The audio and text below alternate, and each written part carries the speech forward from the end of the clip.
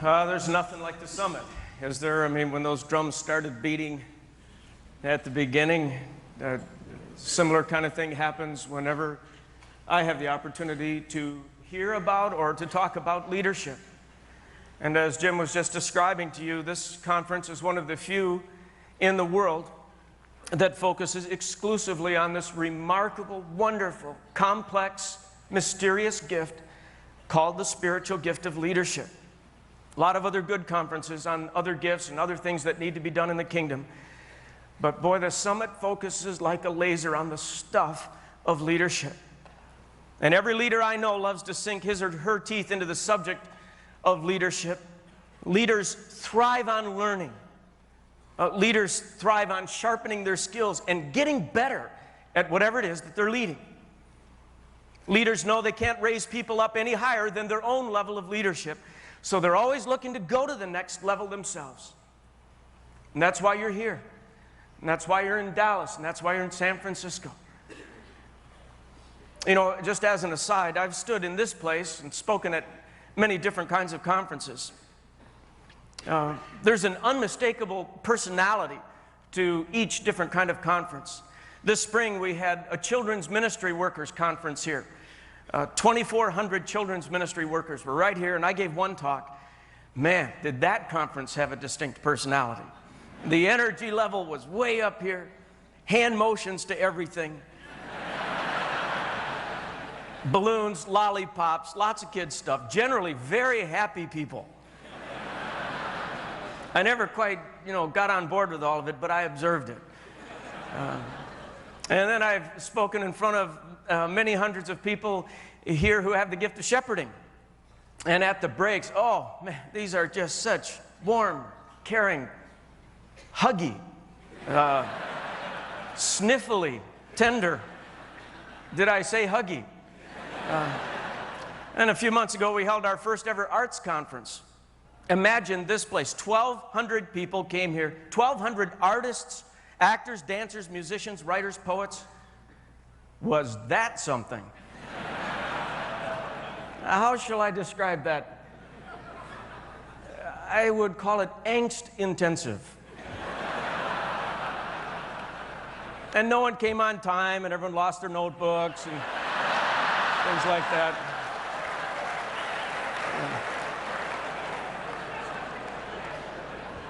A lot of tissue. And then there's the Leadership Summit, filled with leaders, seasoned, confident leaders. And I've watched leaders around the hallway at past summits. Sometimes these are leaders who have never been on our campus before. They're lost as geese in the hallway, and they say to their team, the auditorium is this way, and the auditorium's that way, and everybody's marching. But they're leading with great confidence. In shepherd conferences, shepherds are just at the break times and lunch times. They're walking around looking for people to hug. And at summits, leaders are walking around looking for people to hire. You know that, don't you? They go around saying, we're riding a rocket at our church. Man, our hair's back like this. You got what it takes to fly high, do you? Give me a call. In the artist conference that we had a while back, some of the artists would come up to me before my sessions and they'd say, Bill, my heart is wide open, but be gentle with me. And at the summit, people catch me before sessions and they say, kick butt, Bill. Swing hard, give it to me right there. Before my closing session at the last year's summit, a guy leaned over to me in the bullpen and he said, don't leave any bullets in your gun. What does that mean? But anyway, leaders love to be with other leaders. They're energized by being with other leaders. Leaders tend to learn best from other leaders. And leaders tend to challenge other leaders best to go to a higher level. Our commitment to you is that every single August, with all new message material every single year. Let me repeat that. All brand new message material every single year from the best faculty that we can pull together. We are going to commit ourselves over the long haul to raise up the leadership gift to its rightful place in the church. And I know that you share that vision and those values, and I'm awfully glad that you're here. Let's pray, and then we'll jump into the first talk of this year's summit. Our Father in heaven, I am astonished at the potential that exists in this place, in Dallas and San Francisco. All throughout redemptive history, when it looked like the candle was going out somewhere in the kingdom, you would raise up a leader. When it looked like there had been mission drift and people were no longer pursuing right things, you would raise up a leader. When the church would get discouraged and fall into disarray and despair, you would raise up a leader. When a new work, when an innovation needed to happen in the kingdom, when new people groups needed to be reached, you would always raise up a leader. And Lord, in this place, there are leaders whose hearts are open wide, whose minds are ready to receive, whose hearts beat fast for the bride of Christ, the church. Now we pray a very focused prayer. God, please anoint our time from this opening session till we part ways Saturday noon. May every word that is spoken, song that is sung, drama that is done, worship that is rendered, may every conversation in the hallway, may all our interactions with each other bring honor and glory to you. May we look over our shoulders as we leave this place and say, a God thing happened there. We interacted and were touched by the God of history in a personal and powerful way. And Lord, I submit myself to you in this moment.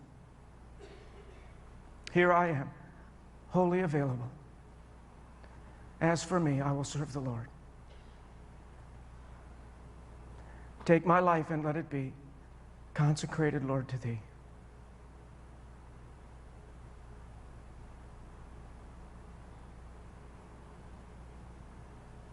Amen.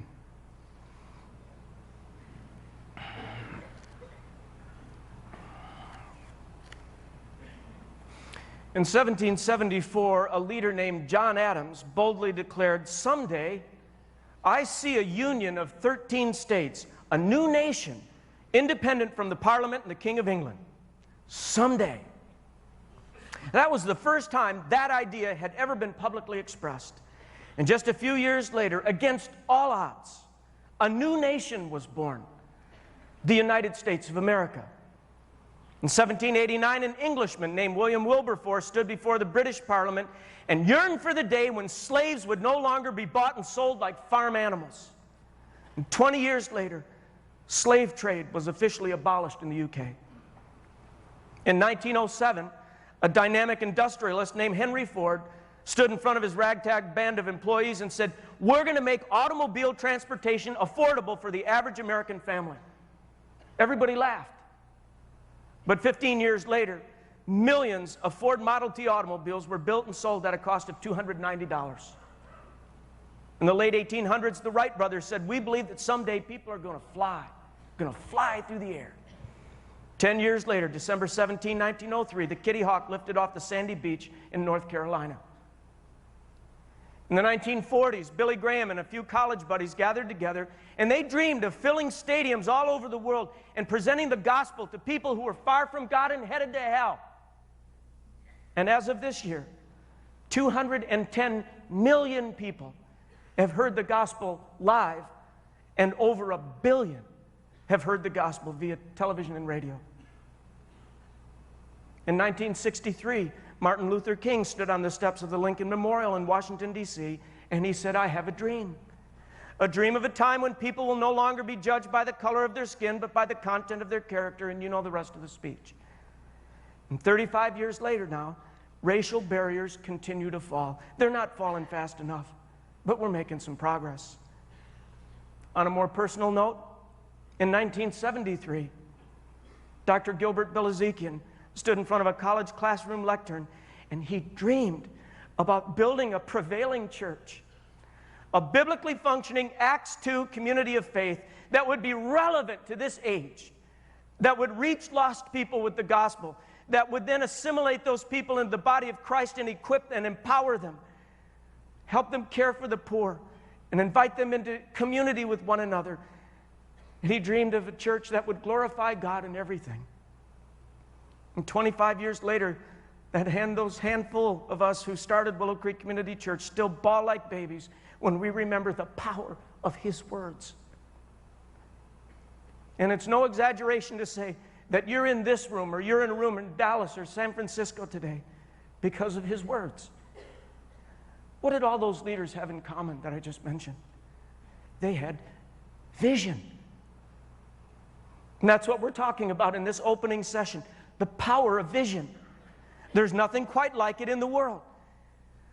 It's at the very core of leadership. Take vision away from a leader and you cut their heart out. Vision and leadership are absolutely inseparable. Vision is the fuel that leaders run on. Vision is the fire that ignites the followers into action and sacrifice. Vision provides the sustaining energy that keeps people faithful year after year, decade after decade, as they do great and sacrificial things for God. No wonder the scriptures say that without it, people perish. Without it, people just fade. Vision is just that crucial, friends. You know, when a local church needs a fresh wave of encouragement, they turn to its shepherds or its artists or its mercy-gifted folks for encouragement to flow. When the church needs organization or greater order here or there, the church turns to its administrators and says, let's bring some order out of this chaos. And the administrators come through. But when a church needs a God-honoring, kingdom-advancing, heart-thumping vision, it turns to its leaders. Because God ordained that the most potent offensive weapon in the leader's arsenal would be this remarkable thing called vision. And we're going to spend the rest of our time in this session trying to master the mystery of vision. We're going to try to wrap our arms around its complexities and learn how to unleash its power in our churches. So first, let's define it. What is a vision? I've heard or read dozens of definitions, and so have you. But my best current shot at defining vision crisply would be this definition. Vision is a picture of the future that produces passion in you. Vision is a picture of the future that produces passion in you. For Henry Ford, it was the picture of a Model T automobile in the driveway of every butcher, baker, and candlestick maker. For Martin Luther King, it was the picture of a little black child and a little white pal on a playground sitting across from each other on a teeter-totter, just getting along. For Billy Graham, it was thousands of people coming forward and the choir would sing "Just As I Am" without one plea. Vision is a picture of the future that produces passion in you. For you, it might be a hungry child being fed, their life being spared. For you, it might be a homeless person finding shelter, or a dying church being revitalized, or a lost person coming to faith, or a lay person finding a ministry, or a lonely person finding community in your small group, or an artist finally using their gifts for God. There are as many life-giving pictures as there are leaders. But when God finally brings clarity and certainty of vision to a leader's life, everything changes. The dominoes start to fall. Here's usually how the process goes. First, a leader sees the vision. They get a glimpse of that pulse-quickening picture. Seeing the vision might come as a result of reading Scripture. It might come as a result of hearing an exciting kingdom story of some kind. It might come as a result of receiving a leading directly from God.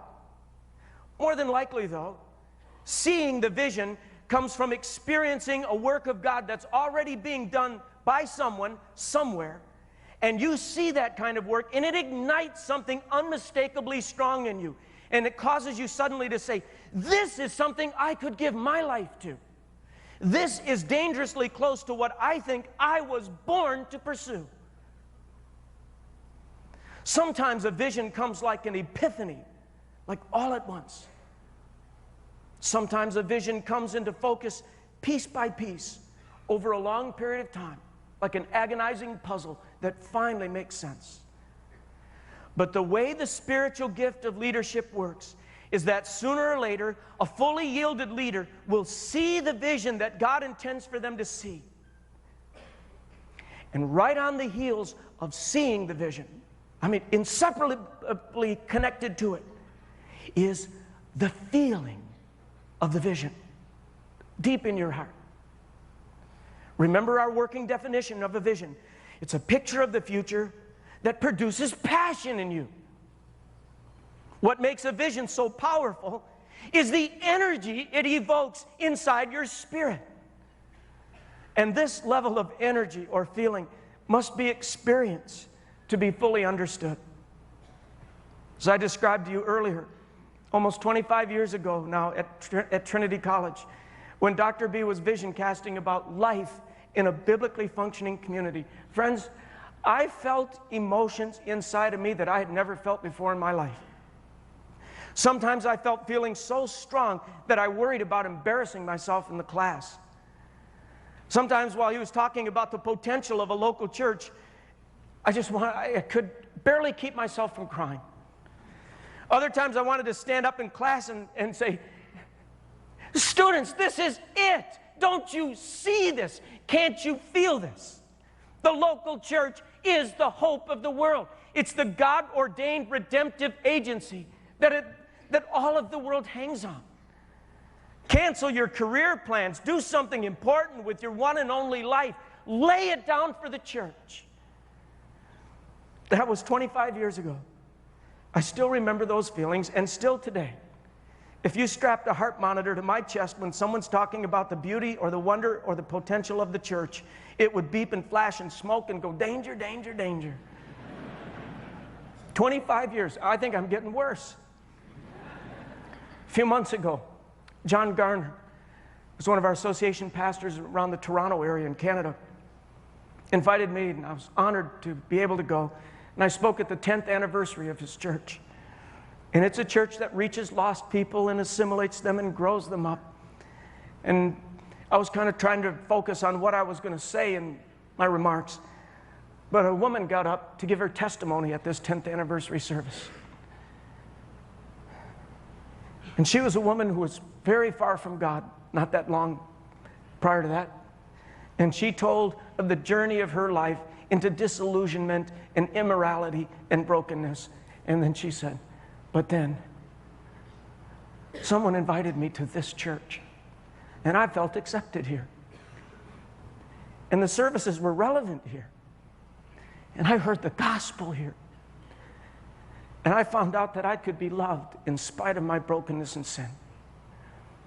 And she told the whole congregation at that 10th anniversary service about her salvation, and then about her discipleship, and then about her joining a small group and finding her gift and growing up.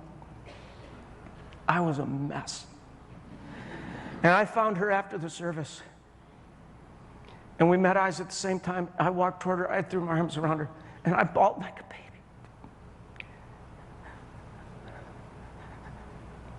And I was thinking as I was holding her, you personify what my whole life is about.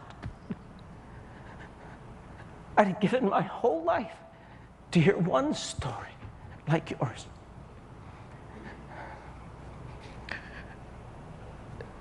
Sometime after that, I helped a church up in Minneapolis. It's an association church. Dick Daniels is the pastor of it. And here's a close-knit, envisioned, unified, developing church, and they were dreaming of buying land. They had the parcel all picked out. They wanted me to come up and kind of help them raise some money. I sat in the hotel ballroom where they had their fundraising event. And one by one, people got up and they talked about the church and they sang and story told and showed pictures and all of that. I got so filled with the memories of the adventure of when we were dreaming of land and going to build our first building here.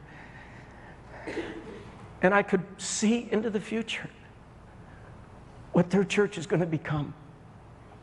I scrap my notes, and I very rarely do that. I'm a note-intensive guy. I just said, forget this. And I got up and just poured myself out for 15 or 20 minutes, saying, give your life to this thing. Give all the money you can, get all the service you can, give all the prayers you can. Give your life to this thing, because for all of eternity, you'll look over your shoulder and be glad you did. And you'll regret every moment you frittered away doing something else. And when I got done, the pastor's wife, who I was sitting next to at the table, she kind of patted my knee and said, can I get you anything? I think she wanted to do a 911 call or something, And then just a few weeks ago, before my break, I went down and I spoke at an association church in Fortaleza, Brazil. And in their midweek worship service, there's a Latin American band playing.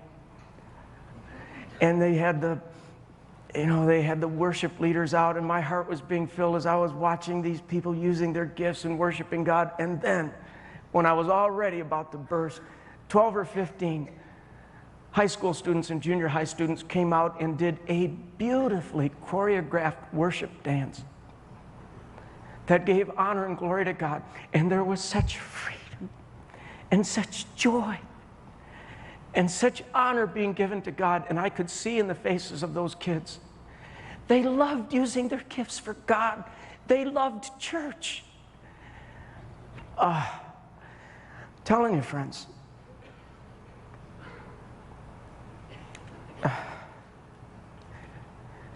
get me going on the local church.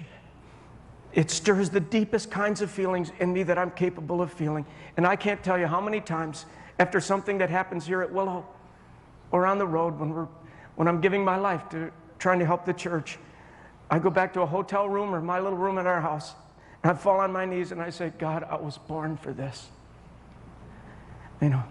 Nothing else does this to me.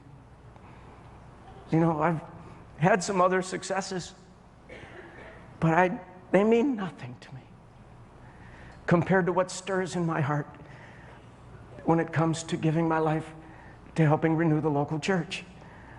So what I'm saying is that vision and passion are inextricably bound together in the life of a leader. God made it so. When you have eyes to see the vision that God has given to you, you'll know it because your heart will feel it so deeply that any lingering uncertainty will vanish over time. And might I add here that not only does the leader derive energy from this passion, the followers thrive on it. Whenever I hear a leader casting a passionate, heartfelt, God-honoring vision, I just want to sign up. It creates energy in me. At the end of this arts conference that happened a few months ago, Nancy Beach was pouring out vision and passion over the audience of artists that were gathered here, urging them to use their gifts and develop their skills and advance the church that they were a part of with their art gifts. She said, throw yourselves into your local church. I wasn't even here for that last talk. I saw the video in my cottage late one night this summer, and because of the depth of her feeling, her vision, and her passion, I felt myself wanting to dig out my 12-string guitar out of the attic. So I'll serve. I will throw myself into the music ministry here. Fortunately, better judgment prevailed. They would have thrown me out on my ear, I'm sure. But such is the power of vision and passion. Leaders, don't ever apologize for the strength of feeling that God has given you, for the vision that He's put into your life. Don't hide your feelings about it. Because God meant for you to feel this about as deeply as you feel anything. And when you're genuinely sharing your vision and passion, other people derive enormous energy from it. Don't rob them of that. So a leader first sees the vision, and then they feel it deeply. And the next step is that the leader takes responsibility for the vision. She or he owns it. In Acts 20:24, the Apostle Paul says, I no longer count my life as dear unto myself, only to achieve the mission that God has given to me. What is Paul saying? I think he's saying from the moment I received my vision, my marching orders from God, fulfilling that vision became the pressing priority of my life. Whatever agenda I had for my life gave way to the vision I received from God. And you all know how much it eventually cost Paul. Leaders, you were built by God to subordinate your own agenda for your life to carry out the vision that God has given to you to carry out.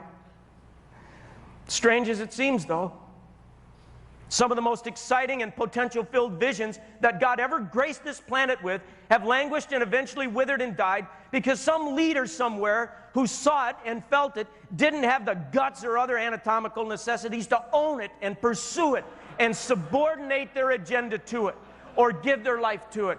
And I mean it, friends. This is a cosmic travesty.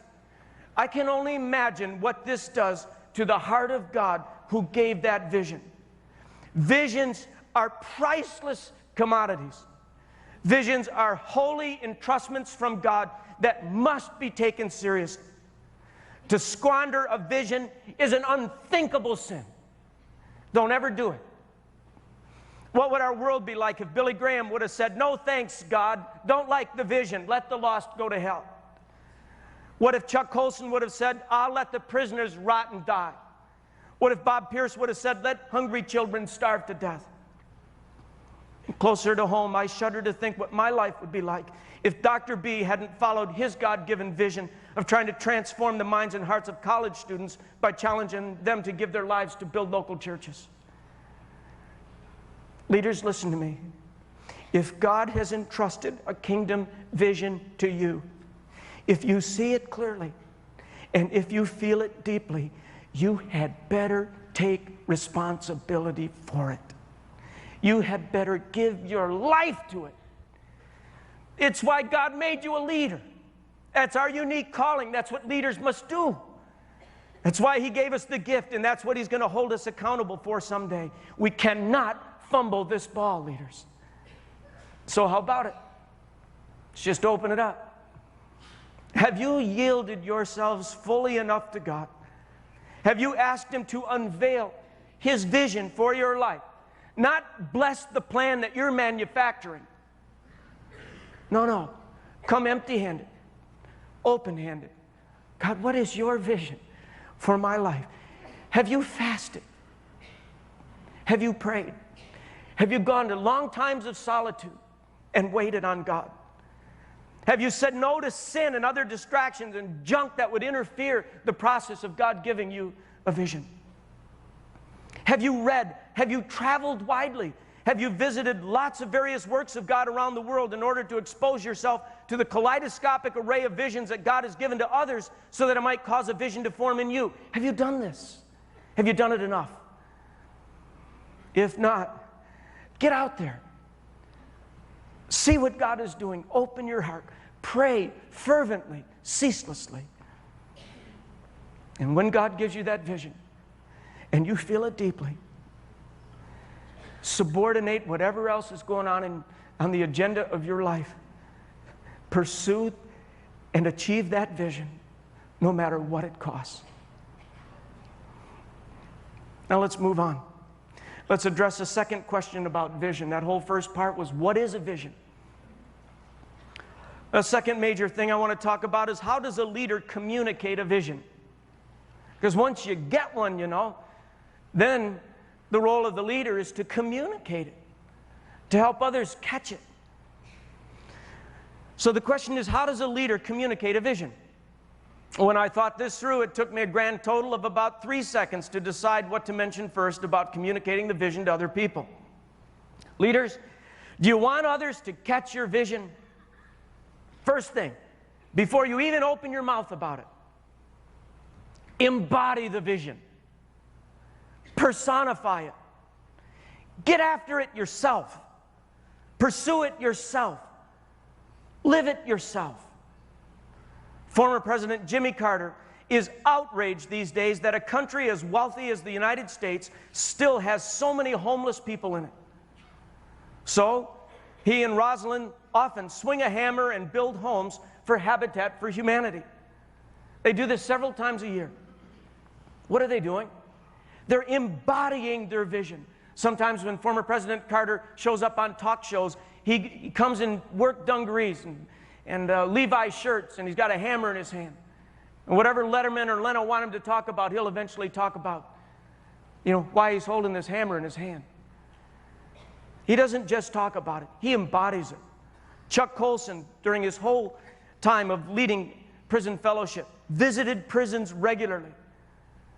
The most powerful communication of your vision is when you look at your friends and your family and other potential followers in the eye, and you say, I am giving my life to the fulfillment of this vision with or without your help. I'd love to have you help me, but I'm going to do what God has called me to do one way or the other, which is one reason why I love the song, I have decided to follow Jesus. Though none go with me, still I will follow. When I sing those words, I do with enormous intensity. I mean them to my toes. Because in the 23 years of Willow, staff has come and gone, and board members have come and gone, and elders have come and gone, key lay leaders and donors have come and gone. And some of those exits have cut me to the core. But I've had to do a lot of late night gut checks with myself to determine if I would let other people affect my own commitment to carrying out the vision that God gave for me to carry out. And by God's grace, I've come to complete clarity on this issue. I fully intend to fulfill the vision God has entrusted to me, no matter what, no matter who comes and goes. If Willow is setting records or stumbling and bumbling, though none go with me, still I must follow. I just must. It's a private thing between me and God. It's the only vision He ever gave me.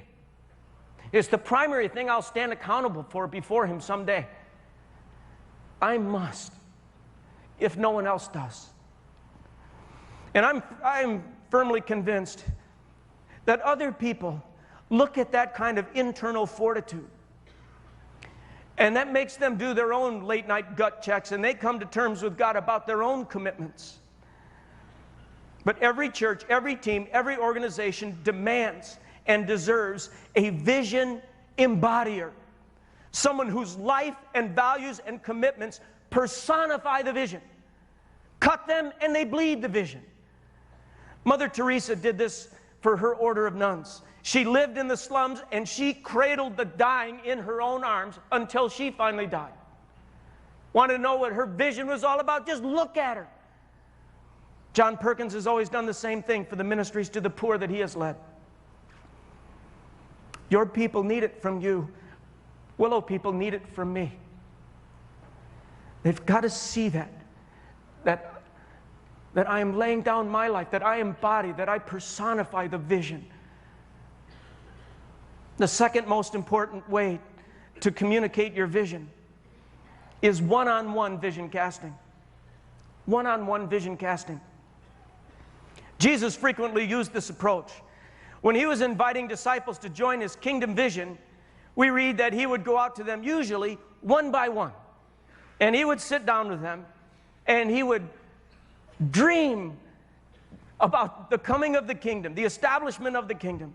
And after He would vision cast all over them, then He would look them straight in the eye, one-on-one, and He would say, will you leave everything and join me? There is unbelievable power when a vision embodier sits across a restaurant table or stands out in a parking lot or goes to a work site and sits on the tailgate of a pickup truck, vision casts and looks another person right in the eye and says, will you help me? The most effective leaders I've known over the years understand the importance of these one-on-one meetings. Check their day timers, and there are scores of these private interactions over breakfasts, lunch, and dinner tables where the leader carefully and passionately and personally explains the vision and then makes the ask. Remember last year we talked about the all-important principle of the ask? Get the tapes from last year if you didn't. Churches get built one ask at a time. Where you finally say after you vision casted personally, Fred, will you help me? Sally, I need your knowledge, I need your time, I need your money Dan, I'd love to have you join our board. Mary, I need a senior staff position filled. Would you leave your position in the marketplace? Would you help me? I know it's a sacrifice, but I need you. Along these lines, senior leaders, listen to me. No one in your church or organization can do this as effectively as you. Your position gives you the best opportunity to invite people into your adventure. Don't ever underestimate this reality. Rather, leverage your position to vision cast with key people who need to become a part of your ministry. I still do this regularly for both the Willow Creek Association and for Willow Creek. It's a unique privilege that as a senior leader I can do. So if you're going to communicate the vision, first, embody the vision. Second, communicate it one-on-one. And then the third way to communicate a vision, obviously, is to cast the vision publicly. Speak to the whole church, or speak to the whole team, or gather the whole department, whatever. This is a daunting challenge because it forces us to put precise verbiage to that passion-producing picture that God puts into our hearts. This can be rather nerve-wracking, frankly, because it forces us to get crystal clear in our own minds as to what the vision really is. And sometimes when we're pressing for that kind of clarity and when we're preparing a talk to communicate publicly, maybe to the whole church, some of us leaders are intuitive enough to know that if we say what we're bursting in our hearts to want to say, some people in the church are going to say, well, that's when I'm not ready to give my life for that. I think we should be focusing on something else. I think we should be emphasizing other stuff. So you know what some leaders do at that point? They choke. They just don't give the talk. They keep things fuzzy for pain avoidance purposes. They intentionally stay out of harm's way and just let the status quo continue. And everybody pays as the church just kind of, does laps. Everybody pays for the leader's lack of guts. Let me suggest a better way. I would suggest that the leader meet with the senior staff and lay leaders, be it elders or deacons, whoever the senior leadership team is. And the leader says, look, our people deserve clarity on the vision that God has given us. They need to know what we're about and where we're headed. It's the function of leadership to provide that kind of clarity. So let's meet for the next 8 Saturday mornings or the next 12 Monday nights. Let's meet together and let's figure out prayerfully with discussion led by the Holy Spirit. Let's figure out the vision of this church and how to communicate it. Let's figure out the words, the pictures, the ideas, the slogans that really capture the vision of this church. And then when we present it publicly, our whole leadership core will be of one mind and heart together. And if a few marginally involved people don't resonate with the vision, so be it. There are other churches in the area that can be graced with their presence. But let's us come to leadership clarity on this. And friends, I've seen scores and scores of churches all over the world work through this process. And even though things get a little bumpy en route, the payoff is huge. Because inevitably there comes that day when the whole leadership core is united and clear on the vision. That day when the vision is then communicated to everybody, and when it is communicated clearly and passionately and powerfully and creatively, almost every time it ignites the church. It unifies the church. It sets it on a course for vision achievement. And people say, finally, we are not just doing laps. We have a course. We have a target. We have a future together. Let me give a few more tips about communicating the vision publicly. First, the who gives the talk really matters. Around Willow Creek here, we are totally committed to team leadership, and as you know, we are totally committed to team teaching. But when it comes to our vision nights, when it comes to someone having to stand in front of all of Willow Creek and articulate what we're about and where we're headed, we believe that's the job of the point leader, the vision embodier, the recognized quarterback. We don't share that one. That would be me. We've asked the elders, we've asked the management team, I've offered many times to let someone else do it. They just laugh. They say, Bill, it's your job. You're the person. The who matters. The when matters. In my experience, there are certain starting points and perhaps midway points or ending points in a ministry season that almost demand a vision talk. And you got to remind people who we are, where we're going, what we're about, what we're trying to achieve. For us here in the United States, particularly in the Midwest, our ministry season tends to run from September to Christmas, and then it starts a little Christmas break, but then it refires again from January to the end of June usually. And then there's a little summer break, July and August. But most of the time, coming into September, I'll do a vision talk. A lot of times in January, I'll do a vision talk. This past January, I did a message called The Soul of Willow Creek. I did it at the weekend because I wanted even all the seekers to know this is who we are. This is where God has us heading. And if you're going to become a part of us someday, better know right now this is where we're going. The soul of Willow Creek. And then just a couple weeks later, at our midweek services, we had a formal vision night where I just recast the vision again. When I'm asked how often the vision should be publicly shared in an organization or in a church, I usually remind the person asking me the question, I say, well, you do know that vision leaks. Now, you think that you're going to fill people up with vision and they're going to stay full. Not true. Vision leaks even out of your best people. People's minds grow fuzzy and their hearts grow cold and their commitments wane over time. Effective leaders are always monitoring the vision quotient of the followers, and they stand ready to recast the vision whenever necessary. Most leaders, frankly, don't cast the vision enough, and the church pays as a result. One more piece of counsel on public vision casting. Keep it simple. My next few moments might be a tad controversial, but I've done a lot of thinking and reflecting on it. These days, there is so much being written about leadership. Particularly, there's so much being written about the technical distinctions between three words: vision, mission, and purpose.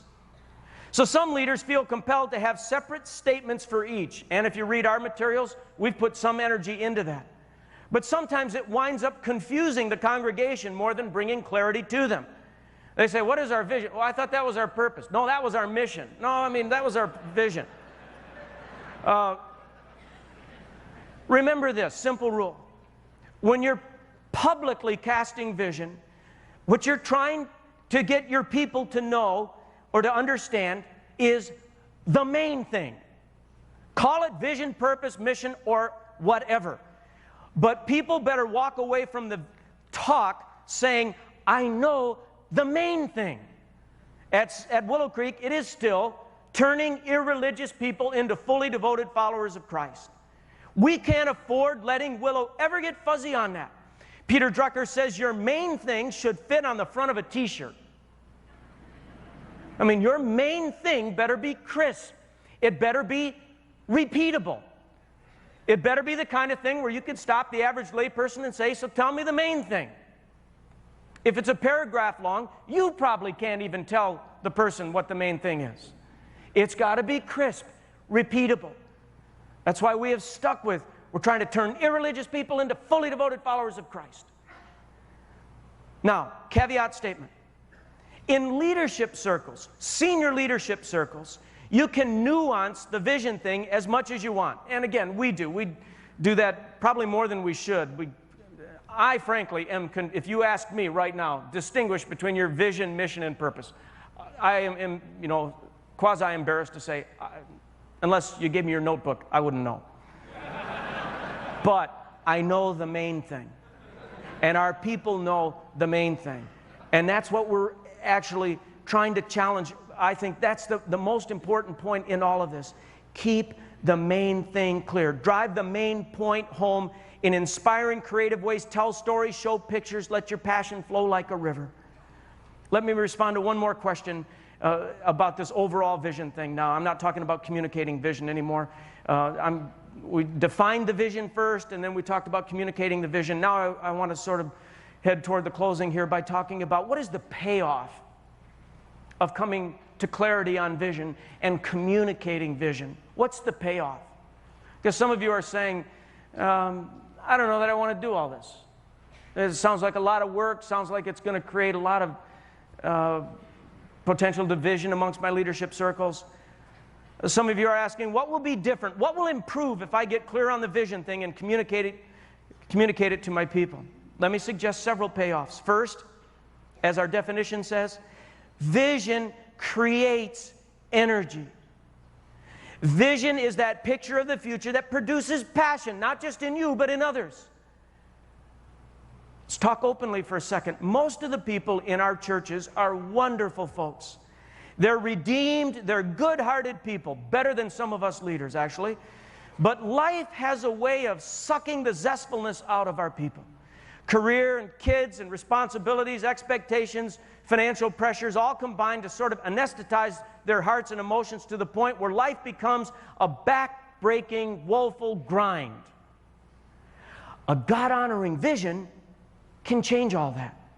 I've seen it happen thousands of times around here at Willow, and I saw it happen again just recently. I met a Generation X guy recently, and he told me how dull his life had been.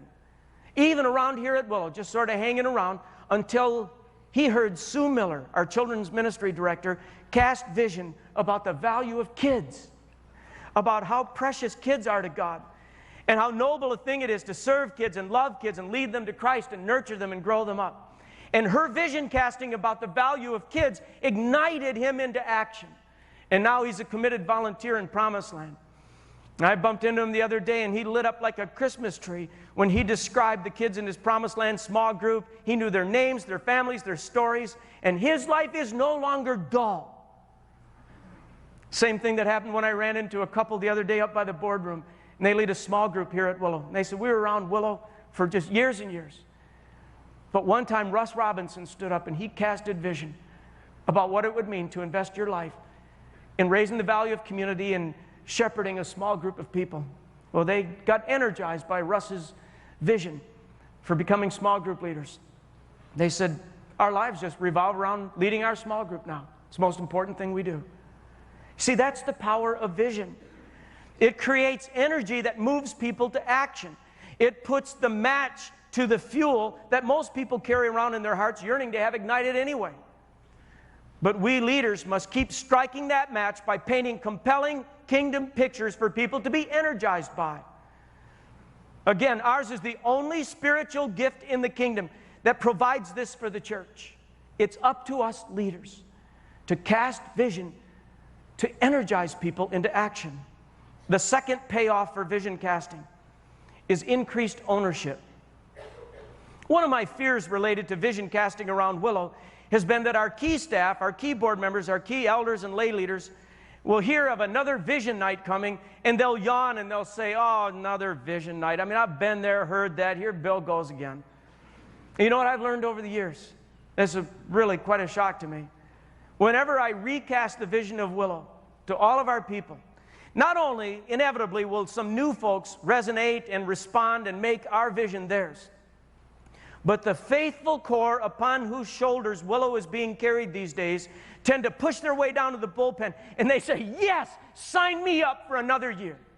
You can count on me. I see with greater clarity, probably greater than ever before, that what we're doing as a church is so important and so exciting, I can't bear the thought of missing any part of the action, and they deepen their sense of ownership. After one of my recent vision talks, one of the founders of Willow, who's seen and heard it all, came up to me and said, off to the side, Bill, they're going to have to take me out of here in a box. Translated, I'm going to give what's left of the rest of my life to the fulfillment of the vision of this church. I'm not going anywhere. I'm not going to lose heart if the battle gets hard. I'm not going to do the big fade and quit over time. Count on me. They'll have to take me out of here in a box. Now, you only get that kind of response when you cast a vision so clearly and so powerfully and so passionately that it corresponds perfectly with the personal vision that people carry, and it syncs up, and they go, yes! Yes! See, it increases ownership. Thirdly, vision casting provides focus. By the clear articulation of what your church is about, you're intentionally excluding hundreds of other energy-diverting activities all of which may be good things in and of themselves, but nothing neutralizes the redemptive potential of a church faster than trying to be all things to all people. A clear vision prevents that from happening. A clear vision provides a compelling picture of the future and says, nothing will lure us off the path from here to there. Our picture is clear, our path is clear. We're en route, we will not be diverted. The actualization of our collective vision, the leader says, is so important that we will unapologetically say no to all sorts of competing, even good endeavors, so that someday we will reach the desired destination and hear the words of the one who entrusted the vision to us say, well done, good job. Vision accomplished. You didn't get sidetracked. So one of the payoffs of vision, it creates energy. Another is it increases ownership. Another, it provides focus. And without being morbid, allow me to just mention one more final payoff of painting clear visions in a church. It reduces the trauma of leadership succession. It reduces the trauma of leadership succession. I won't be the senior pastor of Willow Creek forever. You won't be in your leadership position forever. You know, death rate's still about 100%. You're not going to break that basic statistic, nor will I. One of the greatest gifts we can give our churches is a clear, God-honoring vision that will outlive and outlast us. And I hope and pray that when my last day at Willow comes, the elders begin the search for the next senior pastor here, that they'll be able to approach candidates and say, here's what Willow is about. Here's the picture that produces passion in Willow. Here's the main thing that God has assigned for us to do. We are a church with a white-hot commitment to turn irreligious people into fully devoted followers of Christ. We're united around that vision. We're energized by it. We have sky-high ownership by the laity. We have laser-like focus. And if our vision and your personal vision match up, and God leads you and us for you to become our next senior pastor, all you'll have to do is step into place, start leading, keep the rockets lit, and have a ball flying with us in the future. But friends, wouldn't that be a wonderful way to pass a leadership baton? Wouldn't the bride of Christ be well served if it could sustain a vision, even though from time to time its leaders are going to have to be replaced? What's been the past history of local churches? Every 4 or 5 years, there's a 90-degree vision change when another pastor comes, and then there's a 180-degree turn, and it's all over the place. And pretty soon, laity just have their arms crossed, saying, "We're not going to do anything because you're only going to be here 4 years, and the vision's going to change. So why should we get serious about it?" But I really pray that as we establish God-honoring visions in our churches, that it will help the succession factor as we pass batons. So the payoffs of vision are multiple for your church. Vision creates energy, increases ownership, provides focus, and it eases the pain of leadership succession. And as I bring this session to a close, I want to show you a couple pictures that produce passion in us here at Willow. Sometimes I have to figure out ways to vision cast to our senior leaders. And a year ago, after our 1997 baptism, I had some folks shoot our baptism by video. We put a song underneath it, and then I took that videotape to the board elder Christmas party. I wish I had a videotape of their reaction. These are the senior leaders at Willow. They're all up in the boardroom, beautiful dinner. And I said, I want to say thank you for serving for another year here. Love you guys, love you gals. And you do such a great job, but I started to think of what would be the greatest gift I could give you, and I think maybe it's you seeing a picture of the main thing, of what we're all about. So I showed this video of our baptism last year. And of course, I had seen it several times. I kind of helped edit it, so I didn't need to watch it. I just looked at the faces of the people. It was unbelievable. Energy, joy, determination, fulfillment, reward. I mean, there was a kind of euphoria. They were going, yes, this is our main thing. Turning an irreligious person into a fully devoted follower of Christ through the ministry of our church. So Just a few weeks back, we had another baptism. And I had some people shoot this one, and we put a new song under it. And I want you to be envisioned by what our main thing is. And as soon as that's done, I'll close in prayer.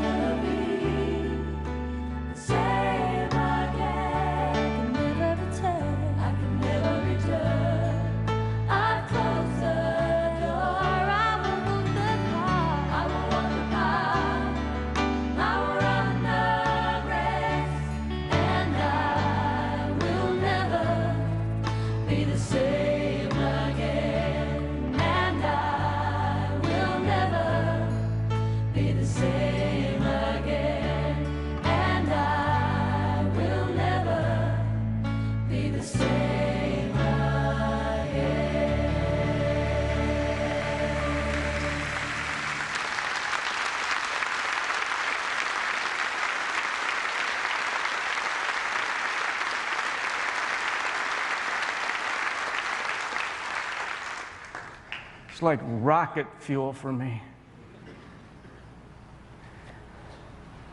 I will gladly give what's left of the rest of my life for that. Find out what your main thing is. See it and feel it and take responsibility for it and personify it and invite other people into it and stay faithful all the way to the end. Let's pray. Our Father in heaven, thank you for this extraordinary gift that Romans 12:8 calls the leadership gift. And thank you for the component called vision. What would the church be without it?